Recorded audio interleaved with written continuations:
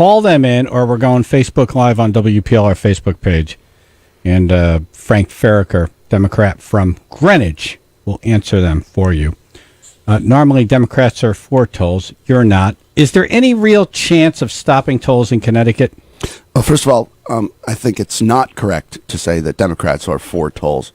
As a matter of fact, I'm here as a Democrat to tell you that there is a very strong opposition to tolls among Democrats. And it runs the gamut for all different reasons. Progressive Democrats, folks farther out on the left, are very opposed to the idea of tolls because they think it just fosters and increases income inequality. Where are the tolls going through? They're going through Bridgeport. They're going through New Haven. They're going through Waterbury. They're going through the cities. The people who can afford it least are going to have tolls foisted upon them the most.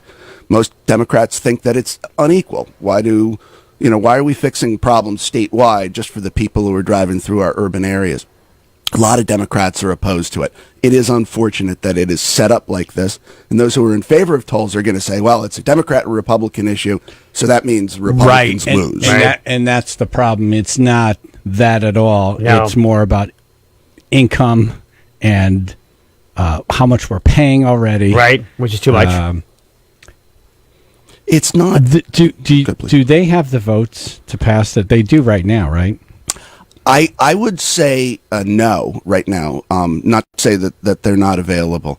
Everything that I understand from the Democrats who are on the fence, and the Democrats who are on the fence are from places like Lower Fairfield County, in the Hartford area, where people really are going to get hit. And I know from knowing these people and talking to them that they are very afraid about taking this vote, and they should be. It's going to be 5 years before a toll ever happened if they were to approve this at the last day of the session. It's going to be 5 years.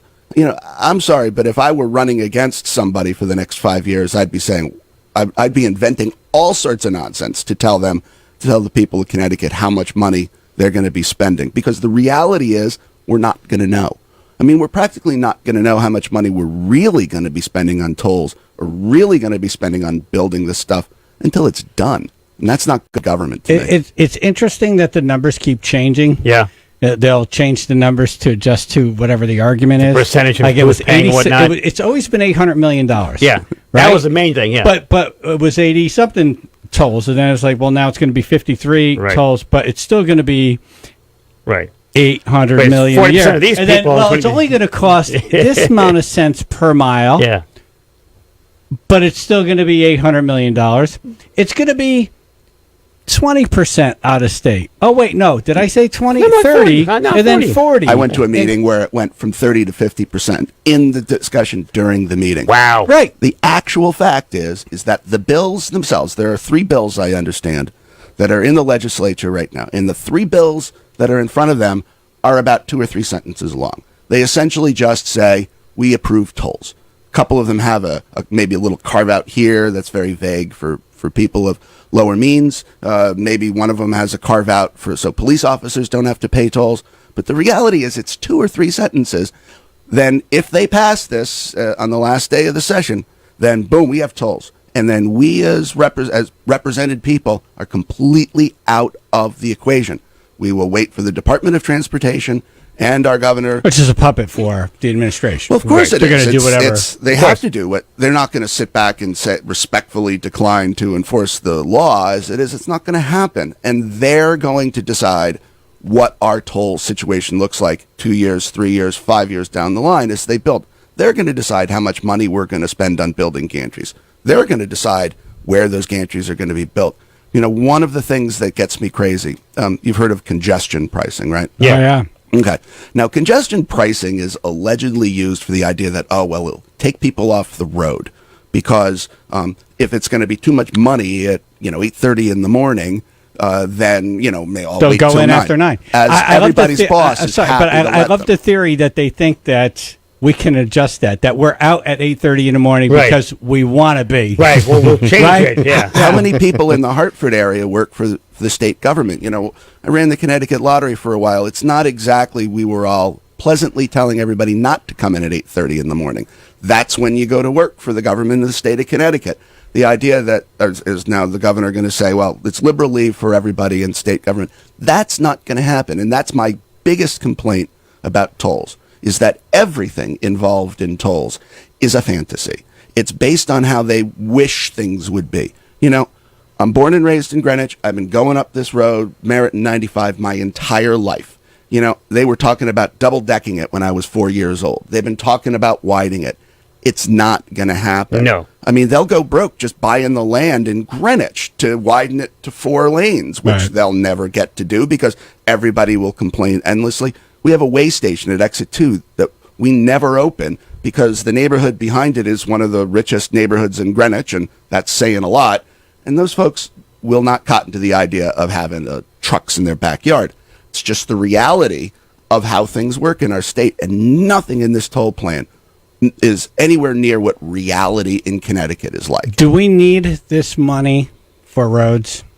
We need money for roads. Do we? Like, we're one of the highest taxes, depending on what you're looking at, maybe the highest tax state in the country.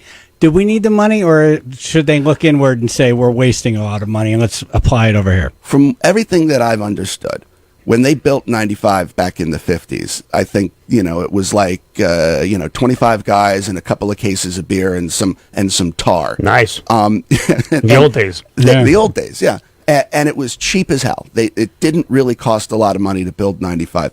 And they made some really dumb mistakes, some that they've just fixed, like in New Haven. I remember going through those roads, or up in Hartford with 84 and all the nonsense that's going through the city. Some things we got to fix. We've got 100-year-old bridges. These things have to get fixed. But the problem is that we're being told, pay first, fill up the coffers first, and then we'll figure it out. I have not seen any study, either from Governor Malloy, who did a lot more work on it, or Governor Lamont.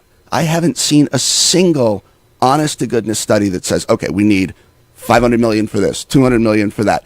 And if we do this, commutes are going to be faster and people are going to want to do business here. They keep on telling us Connecticut needs to be competitive because we need roads. We need so many more things than roads to be competitive. Well, yeah, like right, lower taxes. And businesses stay. But I just want to go back to the state has the money. They just don't want to use the money. They just want to get more money. And that is the transportation fund hasn't been rated, depending on who you talk to. They diverted the money before it got in there. Right. I love that one. Yeah, different wording. Right, so the money that's supposed to go, then they come up with this fake lockbox, but they still rob it. And then the governor says, we're going to cap car taxes at 8% going into the transportation fund, effectively choking out the transportation fund so he can make the argument that we need the money and we need to have tolls. So this is all shenanigans. We don't need this money. And the bottom line is, it's all about shenanigans. I've said this before, and any time that I've spoken about the tolls, I say the same thing. If the people of Connecticut were spoken to honestly and directly and were told what the problem was, they've always had a history of coming through. And if it means digging into the pockets to do something that's meaningful, people in Connecticut will do it. But if they're told, I don't know what we need it for, and I don't know what we're going to do with it, but we need it now, or everything's going to fall apart, it just goes to the fact there's just no faith in government. Well, you're also putting out a budget that doesn't cut anything. Right. That increases lawyers' compensation 11%. Hundreds of help. lawyers. That didn't help at all. Other raises going up. It just feels like we're living paycheck to paycheck. And that we all know that this we shouldn't do that. And for the state doing it, it doesn't make good outcomes. So you say people getting involved in calling their legislators, it's working? It is working. And I'm telling you this, the way that you stop tolls now is you call your legislator and you don't yell about, this and that. Right, be respectful. Be respectful, be honest, and tell them your story. Tell them that you can't afford another $1,000 bill in your life. You're having a hard time making ends meet. That's the low end, too. Then that's the low end. But you got to tell them that it's going to hurt you. And you know what? If it's going to hurt you, it's going to hurt them at the ballot box. All right. That's where your strength is. We got to take a break, and we're linked up to you at WPLR.com, Frank Farricker, Democrat from Greenwich. And then we got some, AJ has some lottery questions.